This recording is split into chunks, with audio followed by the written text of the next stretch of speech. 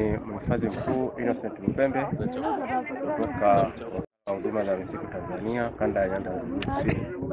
Leo hii tuko katika wilaya ya Ludewa katika kuadhimisha siku ya misitu duniani, lakini pia siku ya upandaji miti kitaifa. Zoezi hili ni muhimu kwa taifa na dunia nzima.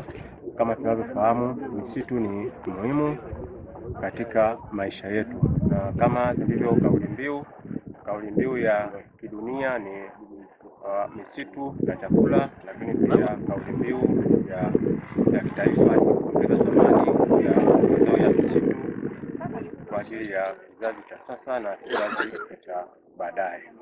Kwa hiyo ni zoezi muhimu ambalo tumelianza leo katika wilaya ya Ludewa, lakini tutaendelea katika wilaya zingine zote za mkoa wa Njombe hadi tarehe 17 mwezi huu wa 3.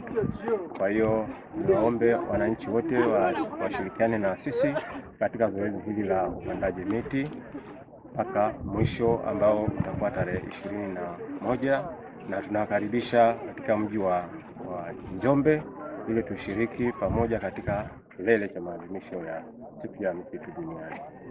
Nashukuru.